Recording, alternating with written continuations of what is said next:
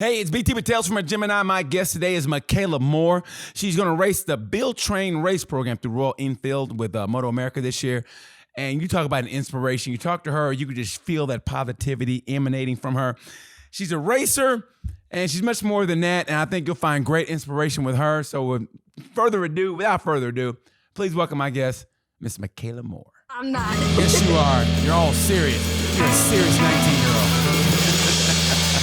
So I'm looking forward to this, man. All right. me too. Here we go. 1, 2, 3.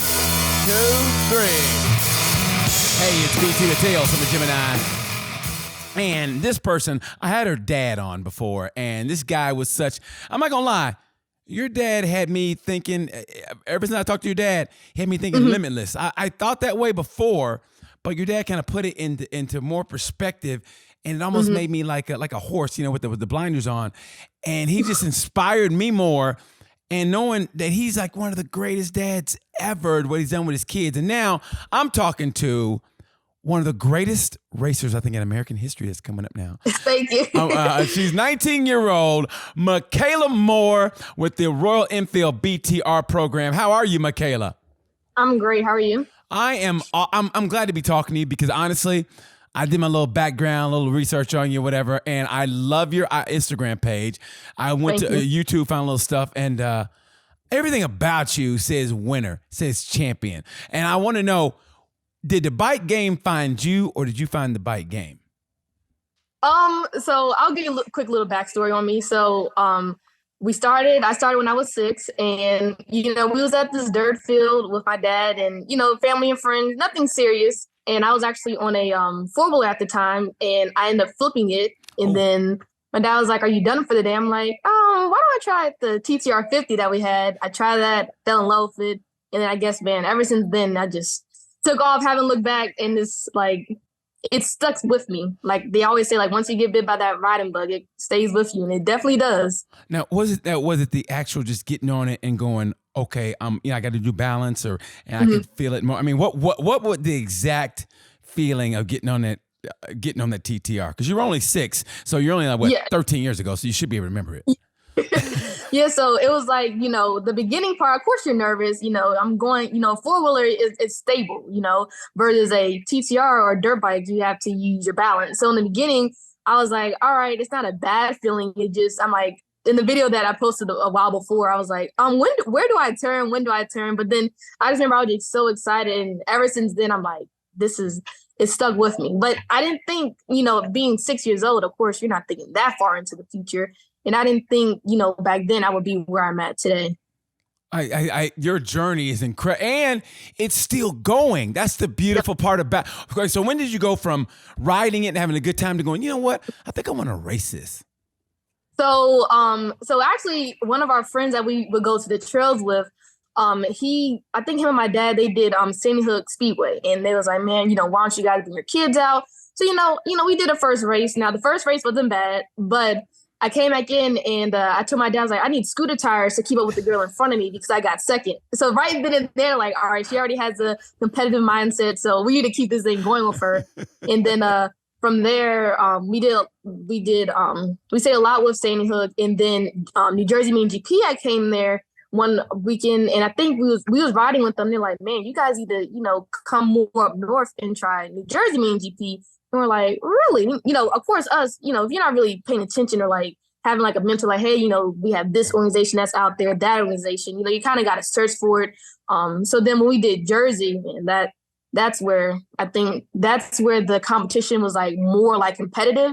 Not saying that Sandy Hook wasn't, but it was as I got older. And then, of course, we grew up with kids. So you had the Gus Rodeo, Joseph Mondry, Marcella. So it's all like we just all grew up together in that space. Now, where you guys from? I mean, like, where do you live? Upper Marlboro, Maryland. Upper Marlboro, Maryland? Mm-hmm. Okay, now, is that a city or a big city or a small town? What is it? I guess you could say it's a small town, but it's like not too far from Andrews Air Force Base.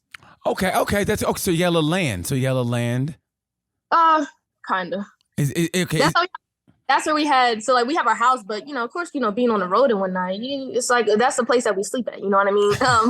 So man, once you get like nowadays, like all 21, 2021, we would just track day after track day after track day, coming back Sunday night, Monday we unload, back at it Friday. So it was like but the training part, like I said, we would go to one of his friends' house. They had like just open land in the back of his house, and they configured trails in there. So we had one side of the track that was small. Then we had another side of the track that was big. And then we was like, we're going to do an overall track. So when we was younger, we would do the small stuff. And then as we got older and everything else got up on bigger bikes, then we would do the whole, we call it the grand track. You know what I mean? So.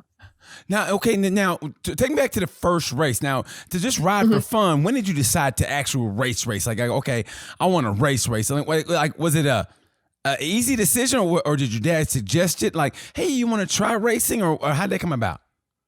So, so racing as far as on the mini bikes or racing? Yeah. I mean, just your first race, just the actual race, because, some people just ride for fun and they don't even think about racing. But you decided to take it a step further. Yep. So, we did Sandy Hook, and I think if I can remember right, I think my dad would just like, hey, we're going to another spot to ride. And, for me, it's like, man, if I'm riding, I'm having fun, then I'm ready I'm going for it. So then, they signed us for a race, and then we did our race weekend, and I was on the TTR at 50, and, I had, the little trail tires. So when I got second, me being young, of course, you always want to be in first place. But it was really good, when I think back on it, it was like, man, to see, just that competitive in me. And then even, just riding around the track and then being around that space, like the track family, and just, of course, when I'm younger, you got your friend that you hang out with, and then you got the race time. So it was like, man, doing the first race, it was one I won't forget. That's my main thing, because, Of course. Now, were you scared, or were you or were you eager? I think I was pumped. I think I was like pumped up, like just ready to ride. And of course, there's no leaning, none of that. For at least for me, when I was I was just, as long as I got around the track without falling down and nothing like that, I was good to go. And I was just like, and the whole time, I just remember I was like focused on the girl in front of me, because I was trying to find where I could pass her, like where can I make a move. But at the same time, my first race, I wasn't really like prepared for it in terms of where to. It was just like, this is a learning experience. Like if you like it, you like it. You know what I mean? We'll see where it goes from here. Yeah. More so just let's see what Kayla would do in a first race, and then I ended up placing behind her, but she was on a faster bike. Like her bike was set up versus mine was just like the one that I use in the dirt trails. Yeah. So she was set up to be. Oh, well, now you're having excuses, Michaela. If she just beats you, she beats you. No excuses, okay? Okay, there you go. See, the first step is saying she beats you, and then you go, okay, I'll come back. But don't say because her bike was set up different. I don't want to hear that. Yep. Okay, I want to hear that. Yep. She beat you fair and square, okay? She did. Okay, and keep on. I'm gonna talk to your daddy about it. But okay, so she beat you fair and square. Did you come back and get revenge? Later on I did, but we was, being with Sandy Hook, we was always like, the competition was like always close. So if I signed up for 3 races that weekend, if she got me in the first race, I may have got her in the second race, or vice versa. And then at the end, it was like, man, like, you helped me go faster. I didn't realize I can, go deeper into this corner or faster in this corner. And I'm like, being up front, it's a cool thing to be up front, but then also when you have like that person that you're chasing, it makes like you start doing things that you don't recognize you're doing until you look at like your lap time, like, holy crap, I came down a second or two faster. And then it's like, well, you had the person in front of you that was basically, it was like you're like right behind them, so they're just pulling you along the way. It's the carrot. You dangle that carrot in front of them. You know what I mean? And you're trying to beat them. And so yeah, good for you by recognizing that, man. So when did it start getting like, okay, this is it? Because a lot of kids, just every kid has that one sport they do, and then they move on to something else. I'm a Gemini. That's why I call Tales from Gemini. And I move on, and I'm like ADD. I'm boom. But something about motorcycles made me just stay there. What was it about racing and motorcycles that made you go, okay, this is it? At such an early age. Yeah. So I would say just the speed part. I love speed. Like that's just a main thing. The adrenaline, I love everything that's behind riding a bike. That's my main thing. And then also just the space that we're in. So, I did soccer, I did gymnastics, and I did ballet, stuff like that. I didn't really take to it. It was cool. I mean, of course, your parents are just trying out to see, where you go with it. And they're just trying to get burn some energy so you can go to sleep. Yeah. Yeah. Yeah. So for me, it was like, man, I guess that first race, and then I was like, man, I actually like this. And every weekend, I was just always looking forward to. I'm like, man, I'm looking to get back on the bike. I need to get back on the bike. But then, like, even like as let's say, so around 6, I did Sandy Hook and then Jersey. But even when we did Jersey, my parents knew it was something that we really wanted to do. We're like, they're like, all right, we got to go back home. We're like, we got to leave. They're like, yeah, they have a race next weekend or 2 weeks from now. We'll be back up here to do it. So I think just like I said, the space and the speed part, but it's mainly the speed. I love speed. So you're an adrenaline junkie. Yes, indeed. Yes. You see that look in her eye, man? She had that look of like, yes, I do. Good for you. Okay, so now have you realized that you can use the sports that you did like beforehand, especially ballet? Can some of that transfer over to motorcycle racing as far as the balance goes? Because Lynn Swann used to play for the Pittsburgh Steelers. He did ballet. A couple other football players did. And people made fun of him, but it also helped their footwork. So, like, have you noticed like how ballet maybe have helped you in motorcycle racing? Yes. So I feel like with ballet, when you watch the dancers and they're performing, everything, they're always smooth and it's about being in the flow. Mm-hmm. And I feel like, when you're on a bike, if you can find that flow, like you're in zone or just to say smooth as possible, then it's like that ballet, I feel like does translate into riding because of the smoothness of it. You know what I mean? Of course you have aggressive riders, but sometimes being aggressive can cost you, or sometimes being aggressive can help you. And then sometimes being smooth as well it can really help you. Like for me, some people if I'm at a track day and they're like, man, you ride very smooth. I'm like, it's weird because I don't feel like I am, but I'm like, I'm just going through the motion, just like being smooth with my inputs. And they're like, yeah, I'm like, you can't like abuse the bike. You have to be really smooth with it in order for it to, work in your way, work how you want it to work. I think you have to love the bike. I mean, and this is my philosophy but I got that from Valentino Rossi, is that you have to love the bike, love what you do, and talk. And honestly, what he did was I thought was beautiful. He would talk to the bike. And that's what he even wrote a letter to his motorcycle, which some people, some people think that's weird, but in a way, it forms a connection. It's almost like a pet where you talk it. And I talk to my bike too. And sometimes it sounds weird, but those little connections might be all it takes. Yes. So okay, so your dad always said, and this is what I love about your dad, he goes, man, we're dreamers. He said that we're dreamers, our family. And he goes, I tell my kids, don't be afraid of anything. And so did that come to you first, or were you like this normally, and then what your dad said kind of, seep through osmosically? Osmosically? I made that word up. But you know what I'm saying? You know what I'm trying to say. So you said as far as him saying with us being dreamers. Yeah. As far as he goes, I teach my kids not to be afraid of anything. I remember I wrote that down because I thought it was so beautiful. And he goes, we're all dreamers, man. And I thought, okay, but you also mentioned though that, you got second and you really wanted first. You had that competitiveness in you. So do you think that competitiveness came in you just how you were as a person, and then your dad said this later on in life, or which came first? So I feel like, because my dad he's the reason why we did get into riding. Because like I said, the back then with the trails and everything, and that was that. And then, but the dream part, I feel like the competition, I feel as though everyone has competitiveness, whatever in them. It just takes something to bring it out of them. So my dad was always like, don't be afraid of nothing. Now, granted, I was afraid of some things. And he's like, I'm going to admit that I was afraid. But, what were you afraid of? What were you afraid of? What were you afraid of? And so back when, so I wouldn't say, if not afraid, but really nervous and didn't feel like I could do. And that was like, for instance, when, for me and GP, I was with it for 6 to 12. So 6 years with that space. And then he was like, we're going to try you out on a Kawasaki Ninja 250. And I'm like, what is that? One.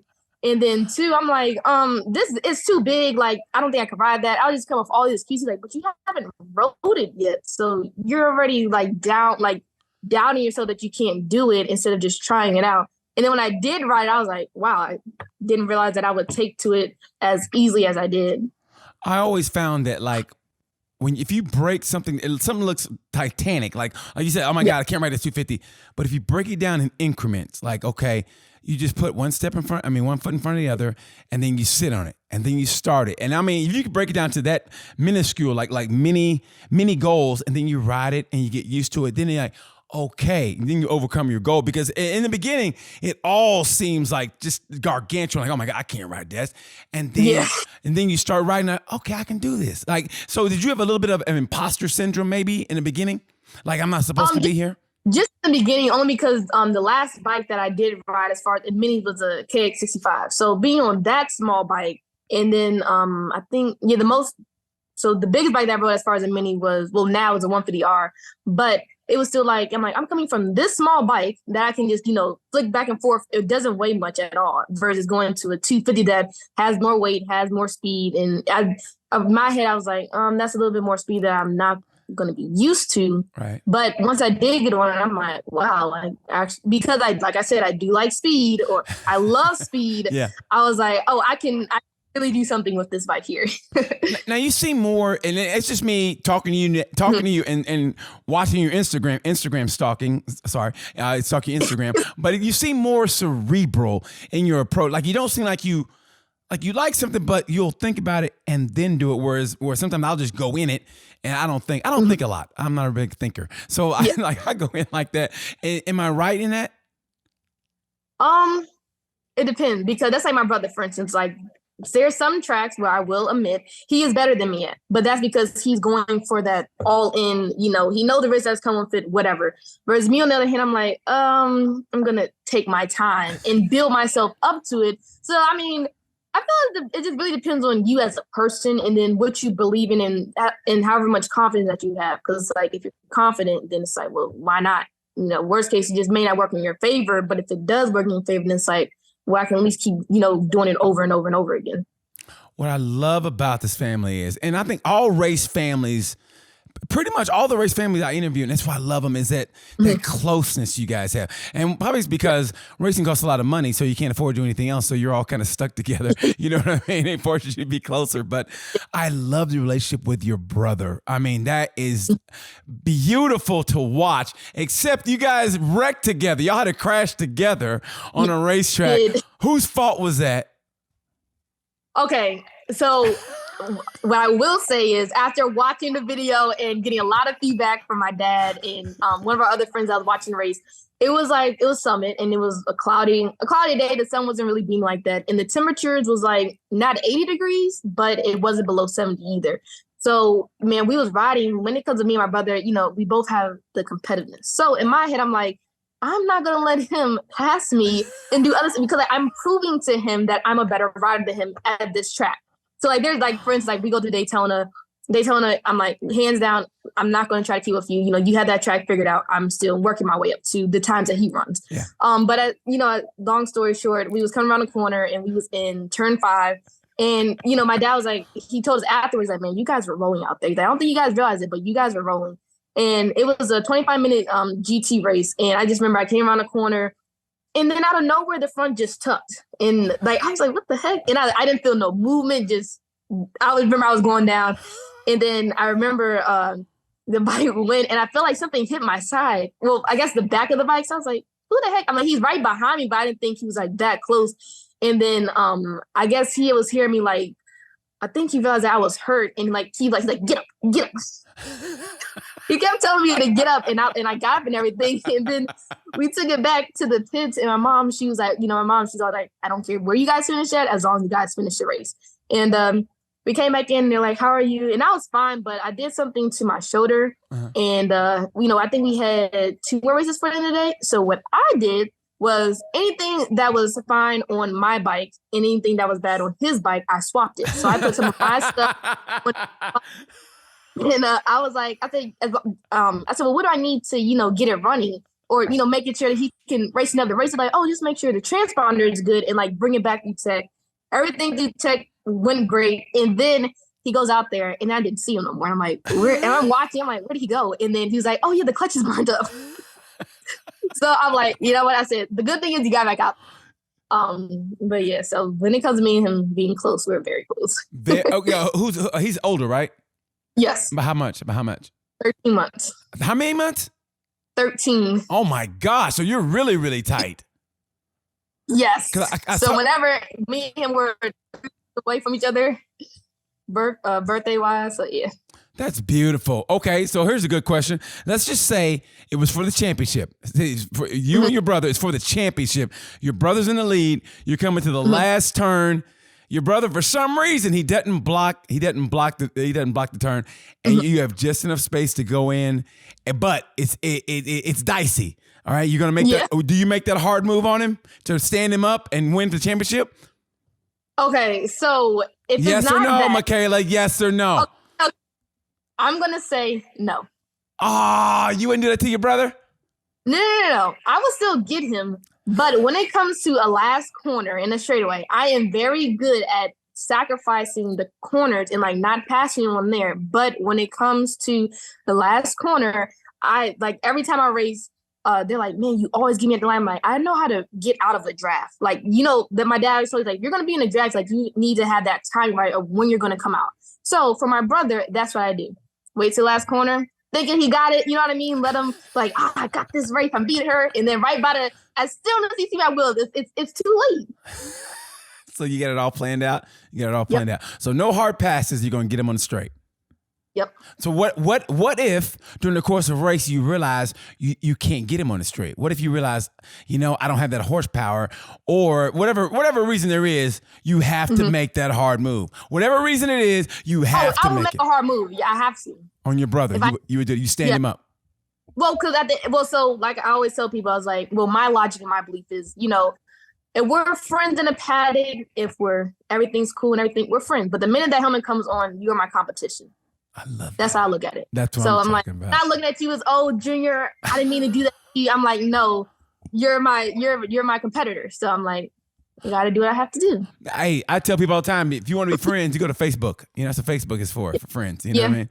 When you're on the track, once that visor goes down, it's every person for themselves. Mm-hmm. Now, did you get a lot of feedback, a lot of brushback? I think your dad kind of alluded to this. He didn't really get into it, but like, because you know, when you go up in motorcycle, and I always have a soft spot for women who race. I really do have a soft spot. I think I love anybody that's going to that domain where they're like, not really an outside. I don't like to say that because the motorcycle community is so encompassing and it's great. But there is that a little bit, you know, it's more male dominated is what I'm trying to say. So from family or just, you know, growing up, you know, where, you know, in school, most, and I'm being stereotypical. You can call me out of my bullshit if you want to, but, you know, say girls play with, you know, I don't know, girlish things or whatever. I don't know if it's changed now because I'm an old head. So did you get brushed back from your relatives, you know, saying, hey, man, she shouldn't be racing? Because I remember you made a post the other day where some guy said, you race, or don't you think you're a little Yes, he was asking me, he said, do I ride? And he's like, oh, he was telling me that, oh, you shouldn't do that to her and this and the third. I'm like, oh, man, little does he know. Exactly. And so does it piss you off when somebody says that? And when it comes from family, is it worth the argument, or you just go, they don't understand me?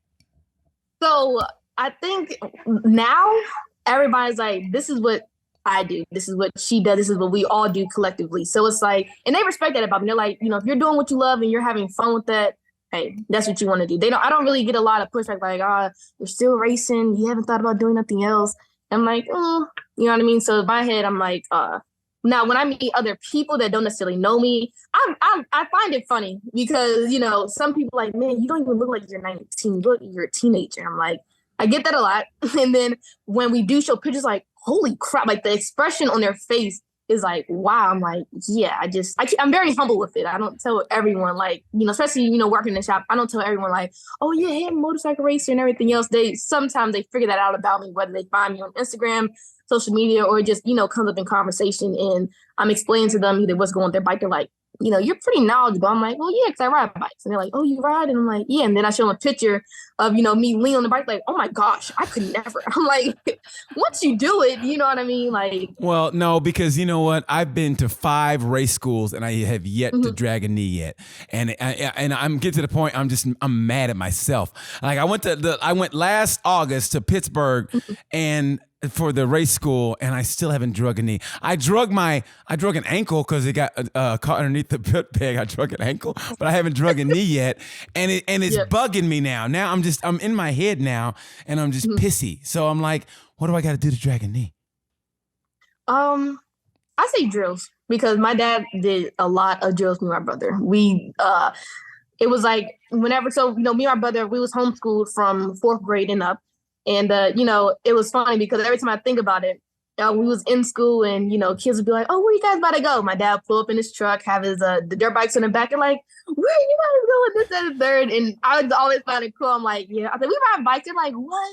My friend or my cousin or, whatever they're relating to ride it as well. Yeah. And, my dad would just have do a lot. He spent a lot of time. I feel like time in practice is key because it's like, it's almost like if you're not used to doing something and you do eventually do it, depending on what it is, I feel like it can like throw you off or if not scare you a little bit. Like there's been times where like I go into a corner, I'm like, oh my gosh, I'm carrying a lot of speed. But at that point, it's like you can't, like you got to go for it. Like the minute you second guess that you can't do it, you kind of screwed yourself up.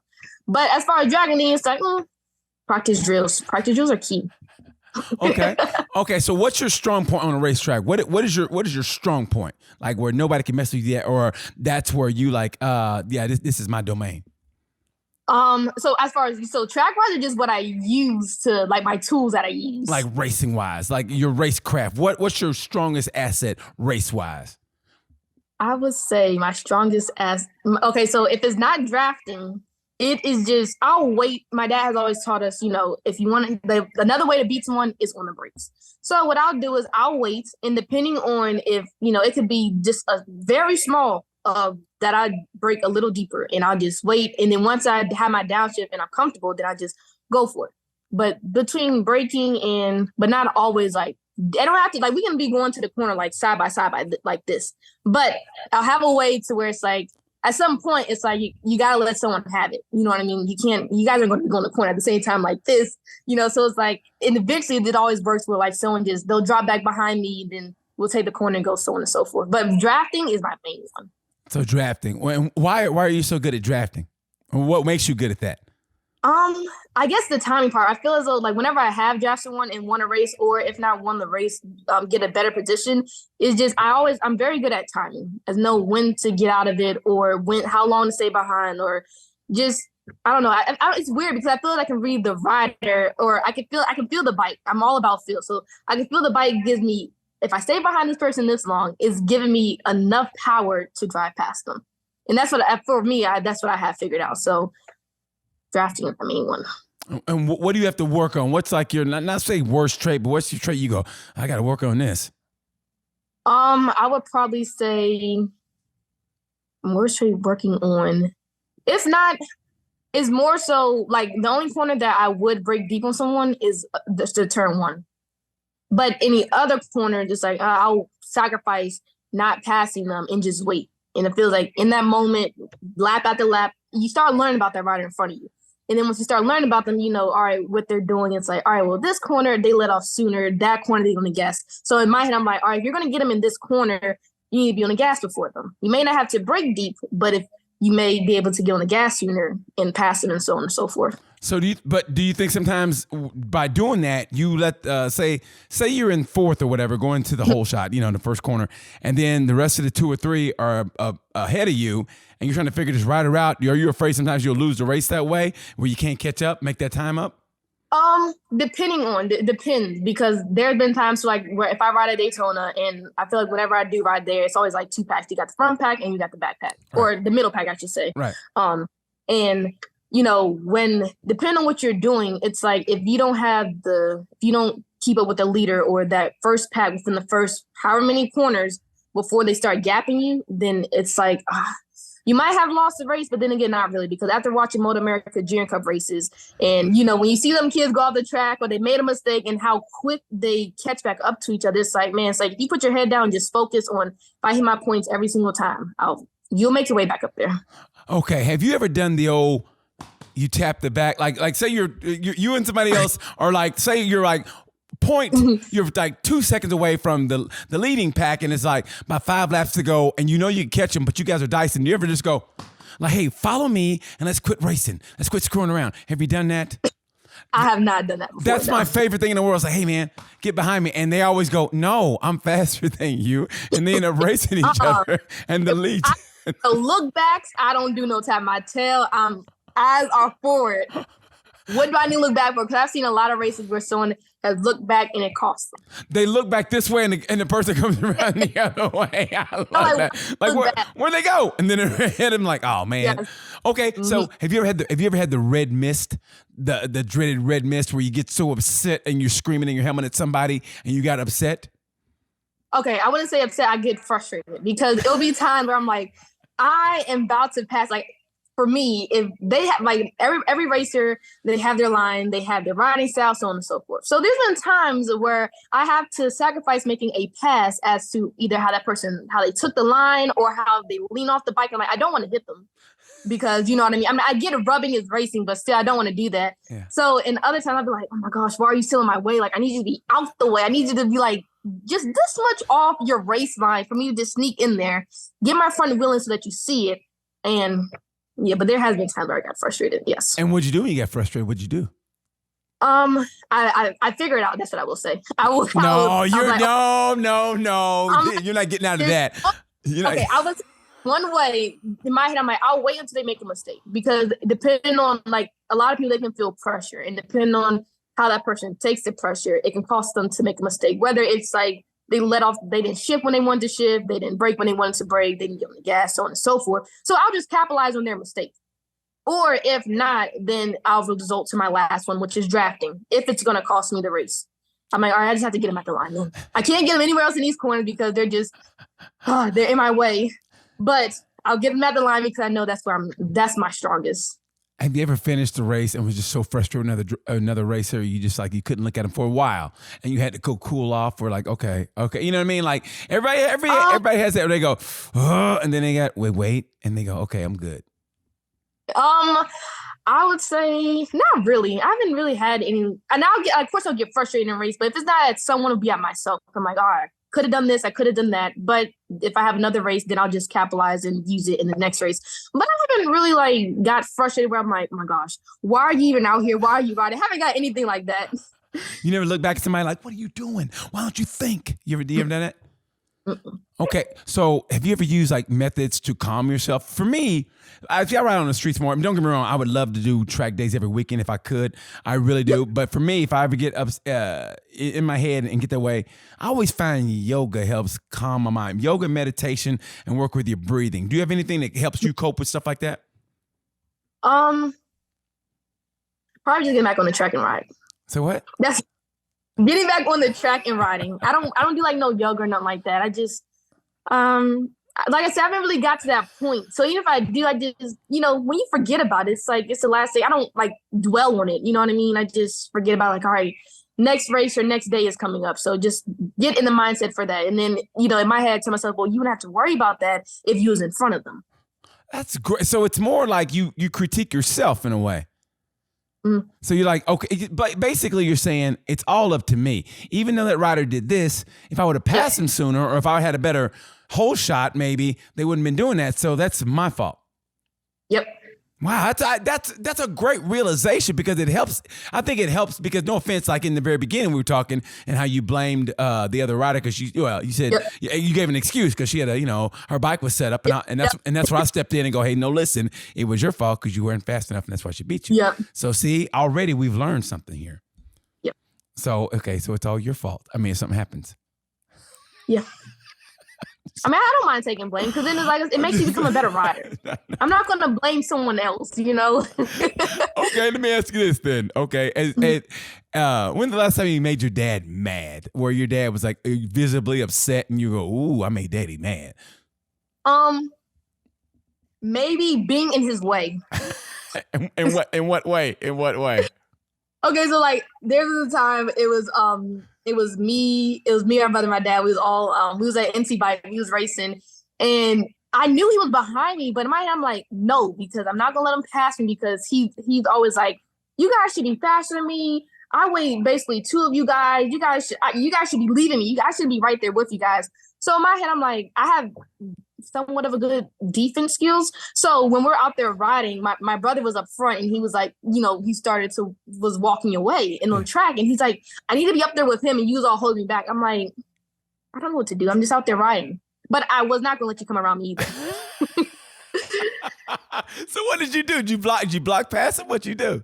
Oh, no. So when it comes to bikes, like my hearing is really good as to where I can sense if someone's on the right side of me, the left side of me, just where they're at behind me.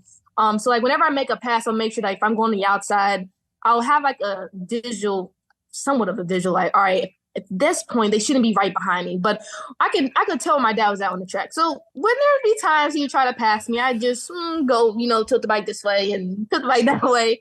And in mind, I'm like, you could get around me. You gotta capitalize on where I'm weak at. Was he upset when you came in? He wasn't upset. He was just like, really, kid? I'm like, I mean, I didn't do nothing. I'm like, I'm riding my ride. You know what I mean? So he goes, really, Michaela? Really? Did he say it through the helmet or once the helmet came off? He just had a look, and I was like, maybe I wasn't his way, maybe I wasn't. But like I said, you can capitalize on the weakest point of a rider during a race. Oh, so you're like, oh well, Dad, you should have capitalized on it. That's your fault. That's on you. That's on you, player. Yeah. Yes. Okay.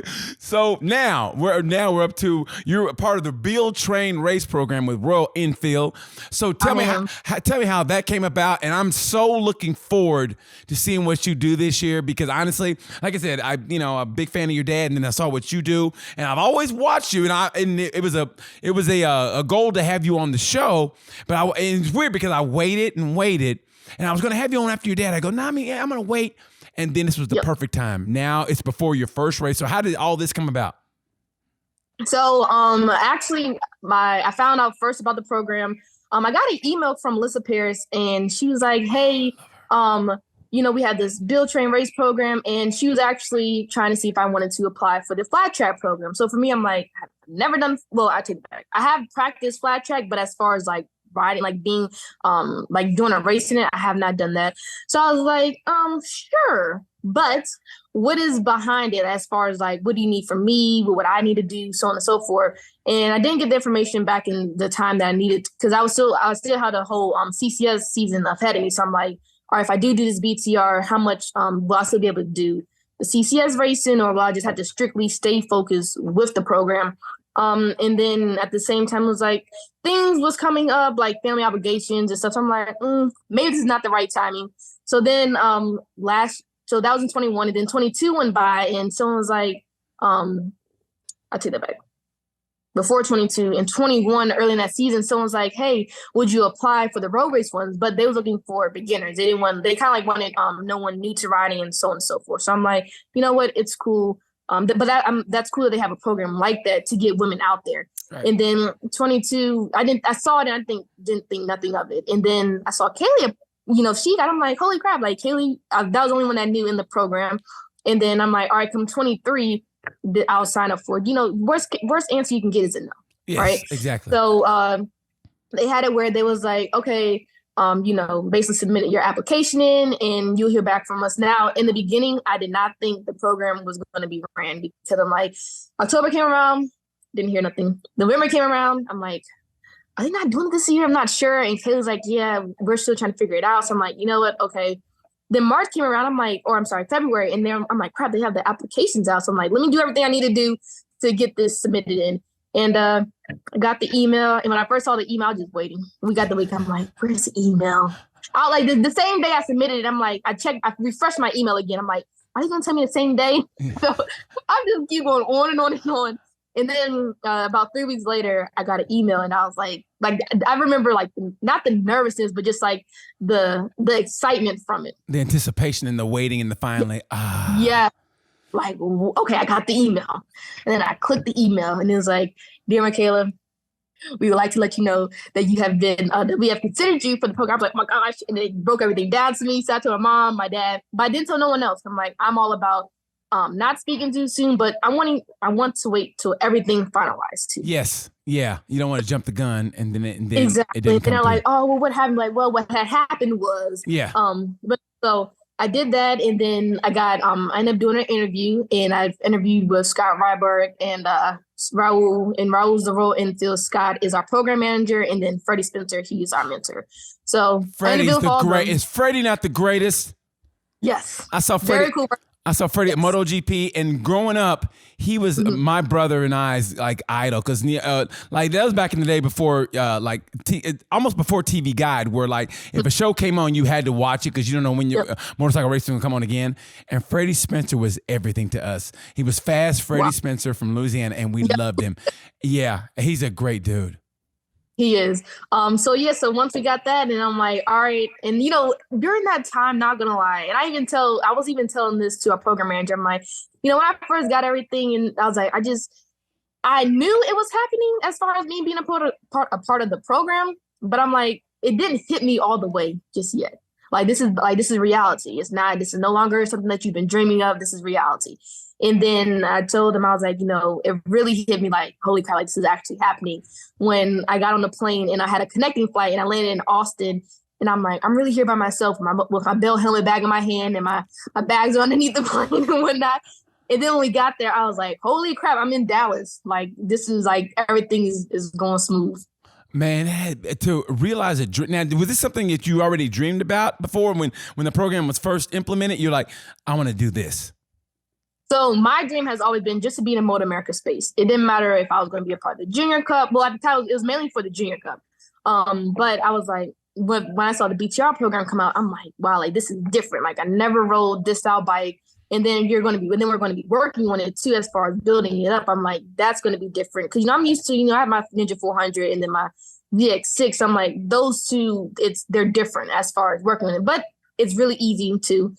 So like, it's going to be a learning process, but I was like, like I said, when everything all came about, I'm like, I'm going to be in MOTOAMERICA. I will be on TV, as I always dreamed about, that's why I've been racing. Cause I'm like, that was my goal. I'm like, I want to be, like I said, I want to be a professional motorcycle racer. I think that is because you talked about manifestation, and that's what got me. I was like, yes, because how did you manifest that? Because there's different ways. Everybody does it, and I think you kids now, and I say this kids, I'm gonna tell you a kid now, even though you're an adult. I'm gonna call you a kid. You kids now have everything at your disposal. You have YouTube. We had to do it the old-fashioned way, and I just found that. I found through trial and error, if you speak it into the universe hears everything. That's why you always gotta be careful what you say. How you say it, because the universe hears everything. How did you go about manifesting this? So actually, when I was younger, my dad had gave me this Road Racing World magazine, and I think it was Elena Myers. I was in there, and he's like, "I want you to tell yourself every day that you're going to be in this magazine," and that's what I would do. And I kept it in my drawer, and I took a picture of whatever picture that I had of myself, and I put it over. I'm like, "That's going to be me." And then in January of 2014, they have I know the word out of my head. They have where they basically introduce the kids. And I was a part of it for 2014. And then from there, just always like, man, I'll be in the MOTOAMERICA space. I'm always about the timing for things is always right. So granted, I didn't apply for the BTR last year, but this year it's setting me up better because I'm prepared for it. How did you not get frustrated and go like, oh man, I guess I didn't get it and blah, blah, blah. And I honestly, because sometimes, I tell people all the time now, and this is through trial and error, that sometimes when you want something, it doesn't happen. Some people get frustrated and let it go, but sometimes if you just keep working toward it, you keep it in the back of your mind that you come through it in maybe the back doorway or ways you didn't see happening. How did you not get frustrated? I didn't allow myself to get frustrated because I'm like, if it doesn't happen, it doesn't happen. Maybe it was meant not to happen in that timing, but in due time, it will happen. So for instance, like when I didn't apply, I didn't follow through as far as going for the flat track in 21. And then 22, I'm like, I didn't even know if I was going to be racing like that, but I was still doing track days. Actually, take it back. I didn't do no racing last year. I just did track days. And I'm like, I'm just going to scale back. And I was riding a ZX6. I didn't ride my 400 like that much last year. And then I'm like, for this year, it was just like, man, just your time will come. My parents always told me that they're like, your time will come. Same thing with my brother. He got his private pilot's license when he was 17 on his birthday. And he spoke that into existence. Like, on my 17th birthday, I'm going to get my license. And then he was like, I'm going to fly you guys to the track and we're going to land there and it's going to be a great time. And he did that. So I always tell people, I'm like, you got to watch what you say because, I'm always like positive. I try not to speak too negative about things. Like if my weekend didn't go well, I'm not going to be like, oh man, my weekend went bad. I'm like, nope, get ready for the next week and, see what you can do for the next one. Yes, you always try, and it's difficult, especially when you get I got a couple of years on you. Sometimes you get it's hard you got to cut yourself off when it gets negative. And it's hard, it's hard for me sometimes to say stuff negative because I feel like I can't go down this road. I got to stop myself. You got to be, it's all about awareness. And I got this book, it's through The Secret. Have you ever read The Secret before? I have not. I read that book and it's a great book. Whenever I feel off track and I'm getting like a little negative, that book gets me back to where I need to be. And through that whole book, there's a line, it's called the awareness book. And I'm not gonna lie, a lot of it was like, oh God, I can't wait to get, finish this book. But it was about being aware in the, where you're at now, like being present. Like right now, we're present. All I'm thinking about is you talking to you right now. And it sounds simple. But sometimes, like like some people, I might be talking, you might be thinking, man, when's this gonna be over? Or I gotta do this and I gotta. So, No, I'm just saying, but sometimes you don't know. And I try to be aware. And that book taught me to be aware and in the present moment. And I think whatever you can get to get you to that point, then use it. Like I said, some people speak it. What I like to do is write it down, read it, and then go to bed, wake up, read it again, and then go about my day. And you'd be surprised what happens during the course of a day. And I find that works. Just like I said, staying by. How is it for you to stay positive when, let's say, you have a crash that weekend, or say you're just having a bad week where just it's just not going right? And how do you stay that way without going down that rabbit hole of negativity? So my dad has always taught us to be like, always be positive and just don't let, like I said, don't let the negative take over you, because some people, or you can speak so negative about something, and then if you don't think about the positive side, that's when the doubts and everything start happening. So for me, if I'm not having a great weekend, like if I'm at Daytona and a weekend didn't go, if I got a 4th or 5th, I'm like, I wanted to be on the podium. And I'm just like, you know what? I'm always it is what it is kind of person. But it's also like, you know what? Come the next time you come here, just be prepared for it. Get more practice, get more seat time, wherever you messed up that you shouldn't have messed up. Just try to help yourself help you. You know what I mean? My dad's always like, let me help you, whatever. So he was always be like, if you're not doing this, like he always tells before race, if you guys need help with this, like I'm watching you in this corner, you need to stop doing this. You need to do that. And it will help going out there. And just, I feel as though if you have a person in your corner that's watching you from the outside and telling you what you're doing wrong, of course, like my brother, for instance, he would be racing and he would, oh my gosh, that boy used to ride when he was younger. He used to be on that front brakes, and we're like, stop getting on the front brakes. I'm not on the front brakes. I'm not on the front brakes. They're like, there's a picture of you of being on the front brake. But my dad, like, I'm watching you. And he's like, I feel like if you have that person that's watching you and speaking to you, like, try this, try that, then you won't have time to think about the negativity, because your next race or your next session out there, you're thinking, all right, I'm going to do what he just said that I'm doing wrong. I'm going to do what he's telling me that I need to be doing. So do you respond to criticism well? Or do you think like, nah, you don't know what you're talking about? Or do you take it in, assess it, and then go forward? Because some people, they can't deal with criticism. And that's just one of the things wrong with, I think, society now. Sometimes people got to realize, okay, they're criticized, but not really. If you listen to them and don't let your ego get into it, they go, you know what? They got a point on this. I'm here for, it's all about the journey. It's all about learning. So if you're telling me, hey, do this, or you're doing that, then I'm all ears. I'm going to listen. I feel like I take criticism well. Now, I may not take criticism when you're telling me to do something and then I try it and I feel as though I'm not doing it to the expectation that I should be doing it. Then that's where I can get frustrated. Like, you're telling me to do this, I'm trying it, but it's not working in my favor, or I'm not comfortable with it yet. When's the last time you got really frustrated? In a situation really like frustrated. Like really, like just like hit, like helmet against the, like you're just banging your head against the wall. Probably being at so just in general, being at a race, being at a track, being at a race and not going, expecting a better outcome as far as my lap time or whatever. That's when the frustration really gets in, because I'm like, I know I can get down to this time. I'm telling myself, you're going to get down to this time. But then when I come back in and I see like it's a 120, okay, for instance, we're at a summit from like it's a 125 or it's a this, it's a that. I'm like, I need that time. I need to see the time or see this of what I'm wanting to get from it. So it gets frustrating for you. And how do you get over it? Like I said, I look forward to the next one. If it's another race, if it's another session, I'm like, I have time to make up. You know what I mean? I study, like my dad, he always tells us, put GoPros on the bikes, and, we're coming home or whatever, we're looking at the GoPro footage, and he's like, and he'll be analyzing it with us. He's like, you see how in this corner you're doing this? And when you see the GoPro footage, it's like, oh, now I'm watching myself doing something wrong. And on the bike, I don't feel like I'm, doing nothing wrong, or I'm not, just whatever. But when you watch yourself, it's like, oh man, like I got some work to do. Well, everybody needs a coach. I mean, hell, Michael Jordan had a coach. Everybody has a coach, you know?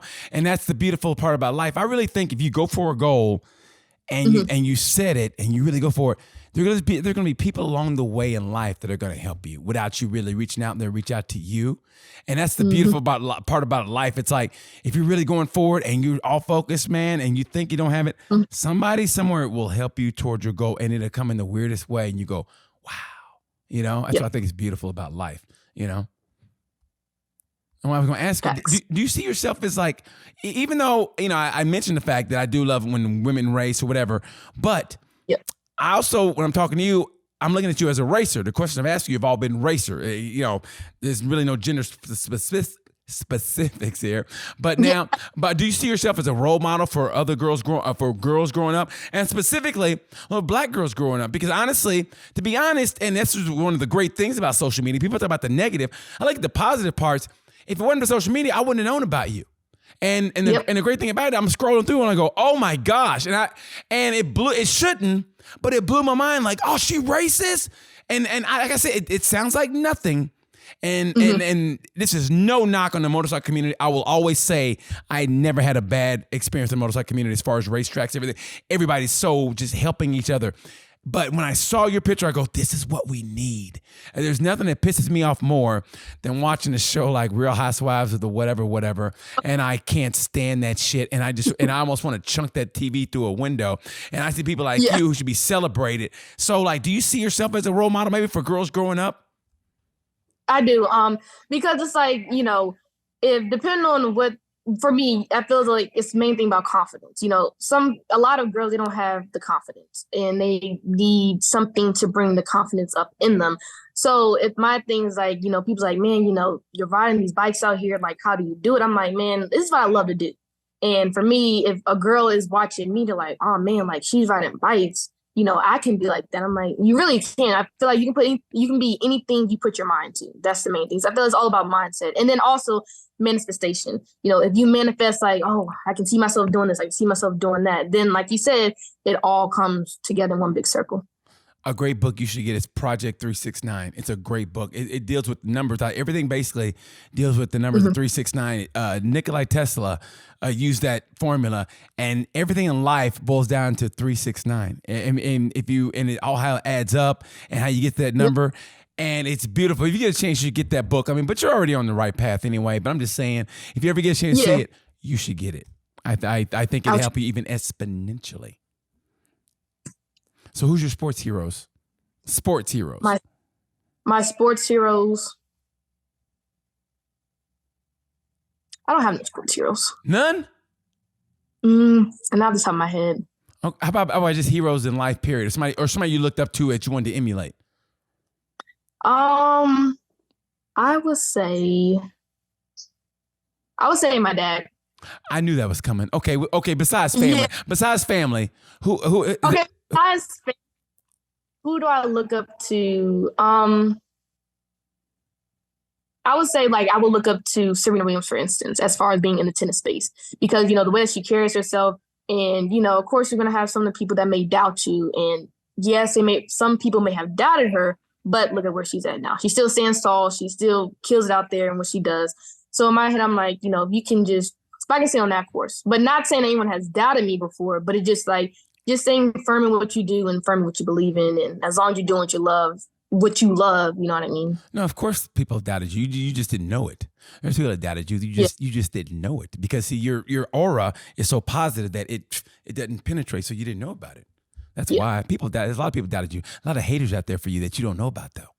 See, because you're so positive. You bring a light and they can't see because they're dark. See, you bring a light. I could tell just talking to you. I was like, oh my gosh, you have got it. I mean, everything you got, you have got everything. I mean, whatever you're selling, I'm buying. If you're on TV, like, hey, it's the Mikayla Moore candy bar. I'll be like, I'm getting that candy bar. You know what I mean? I'm like, she wouldn't lie to me. You know, this girl wouldn't lie to me. You know what I mean? No matter what you're selling, I would buy because you're authentic and it's just nothing but a big plate of positivity. And who doesn't like positivity? You know what I mean? Yep. So what's your overall goals now, Michaela? Since you're a professional motorcycle racer now this year, you've achieved that goal. What's your overall goal? Like, do you want to race MOTOAMERICA, or do you see yourself going, you know what? I really want to push myself, maybe go to Europe and try, because you're still young. You know, you still can do it. So what is your overall goals? My overall goal is just to try whatever opportunities come my way. So if it's like, hey, you want to come overseas, you want to ride, I'm gonna go for it. I'm gonna try it, because my thing is, I feel like you might sell yourself short if you're like, oh man, like for instance, like if I was like, oh no, I can't ride a 250, then would I be where I'm at today? You know what I mean? So my thing is like this, and then my main goal is to just always have fun, no matter what. Always have fun. Yeah, I like that goal. I love that goal. Have fun. Like when you're having fun, you know what I mean? Like nothing really, you can't like. Who can mess up fun? You know what I mean? But you can't get caught up, though. I mean, that sounds simple, but sometimes, in the pursuit of a goal, sometimes there's a time you go, man, I'm forgetting to have fun. That's why sometimes it helps somebody outside the thing to come in and go, hey, remember to have fun. You go, oh yeah, and you'll snap yourself back into it. No matter what you do in life. I have people all the time, they want to go up and try to stand up, and they get all, and they're all nervous. I go, hey man, just have fun. There's the perfect example of that is a show inside the NFL on ESPN, and when it's coming on, like the trailer coming on, Greg Lloyd, you can tell he's frustrated, and the greatest line is the coach goes, "Just rush the quarterback." And I tell people all the time, before you get in your head, just rush the quarterback, which means translates to hey, just have fun, have fun. When you're out there, if you're smiling in your helmet, that's all that matters. Yes.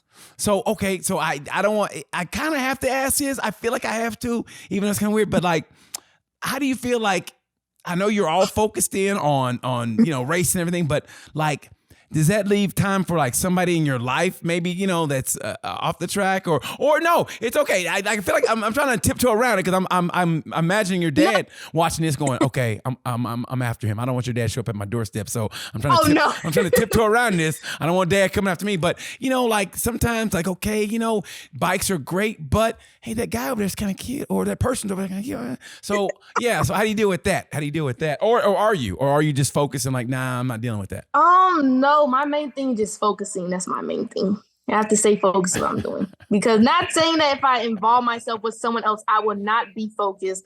But it just, I don't know. I guess I'm not there. I'm not at that point in my life. Good. I should say. Good. Keep people out of your life that way. No, it's easier that way. Honestly, stay focused on bikes. And bikes leads where you got to be, and then when it's time, it's time. So don't do that. Don't do it. You stay focused on bikes and changing transmissions or truck engines or whatever. You stay focused on that. Once you get involved with somebody else, it ruins everything. And I don't want to see you on the streets ask for money. I'm like, Michaela, what happened? Oh man, I got involved with this person, and yeah, you got a $1 I could borrow? Yeah, Michaela. I got to take you to AutoZone and help you out. No, I knew it was going to be a great conversation because honestly, I just talking to your dad, it was inspiring to me. And then, I did my homework on you and I was like, man, there's nothing here that is just negative. It's nothing but positive. And then talking to you, I knew it was going to be that way, except for the start, as long as it took for us this to happen because of our computers. But still, but we're here though, Is there anything else you want to say? Anything you want to plug? I appreciate you for reaching out to me to be on your show. So far I've been enjoying myself just this little bit. And are you going to be at any of the races this year? Man, I'm gonna look at my schedule if I can. Of course, I would love to come watch you. I know Kaylee real well, Chloe. I mean, they've been on the show and they're just great. I mean, they are just great. And also, this is gonna be sly, but Kaylee gave me a little bit of her swag. So I mean, if you want to drop one of your shirts to me, I'm not gonna complain. So if you get one of your racing shirts, I mean, I'm just saying. I got you. Okay. No, but yeah, I plan on it, and I definitely plan on coming to meet you guys because honestly, you guys are nothing but positivity, and I just love what you're doing. And I'm going to put you on the spot here. At the end of the season, where are you going to be at in the standings? Are you going to win it all? Of course, that's what I'm going for. That's my goal. You know what I mean? But I'm also looking to learn along the way. learn along the journey because I know going into the races at some of the tracks, I think besides Brainerd, I think all the girls, they've been to those tracks. So for me, it's like I have to learn the track, but I'm also willing to get help, get advice from them, get, show us around the track. Cause like, of course, we're competition out there, but at the end of the day, it's like, we're all learning from each other. Iron sharpens iron. So my thing is like, we're going to be out there and I'm looking forward to I already know me and Kaylee, we're going to be going at it. Oh my. Because even when we was 2019, we did a race and she was on an R6 and I was my 400 and we were just pushing each other the whole way. Now, granted, we was on different displacement bikes, but still, it was still fun in that moment. Who won? That race, that was an all girls race. So I think I was the one that won. You beat her? Oh, look at you. Look at quiet comment. Yeah, that was me. It was fun. Yeah, I did that. Only because like on the, we was at Jersey. So being on a smaller displacement bike, you get to the corners pretty quick. Yeah. You know what I mean? Whereas if you're on an R6, even bigger, you gotta, it takes time. It doesn't take time to get to the corners, but you gotta slow the bike a lot more than I have to do. So just the time difference. Favorite track? Favorite track is VRR North. Least favorite track? Least favorite is probably, I haven't been to Jersey, but I don't like Jersey like that. Why? That was the first track I did a track day on. How come? I don't like the corner. It's like between turn 3 AB whatever ABC I think. Yeah. It's more so the track condition. It's not really the track itself. It's just the track condition. Okay. I don't care for the. Okay. That's fair enough. Do you listen to music before you get ready to go out on track or you're on the grid? Anything that psychs you up? Nothing. You don't psych yourself up? Self-talk? Being at the track itself, I'm already psyched up. You know what I mean? So being on the track, it's like I don't need nothing to like, all right, Kayla, get into your zone, get into your I get like the only thing I psych me up, like once I put my helmet on, then it's like, all right, it's game time. Oh, I love it. Like they say, like that one song goes by Moneybagg Yo, playtime over, it's the big league. You know what I mean? So it's like you gotta be hitting your marks, you know what I mean? Oh, Kayla, I love it. I mean that, Michaela. You're great. I mean, you're going to achieve all the goals that you set for yourself. I can just tell right now. If you get a chance, watch MOTOAMERICA, the build, train, race program through Royal Enfield. It is great because it lets the ladies race. And I hate to even saying it like that, but you know what I mean. Gets involved in racing because once everybody's involved, that's what makes racing a great sport. So good luck to you this year. Hopefully I'll come see your race. Thank you guys for watching Tales from a Gemini. I appreciate everybody. Give me some comments, even some criticism from this episode. I appreciate you all. And like we say about this time, you know the word, peace. See you guys.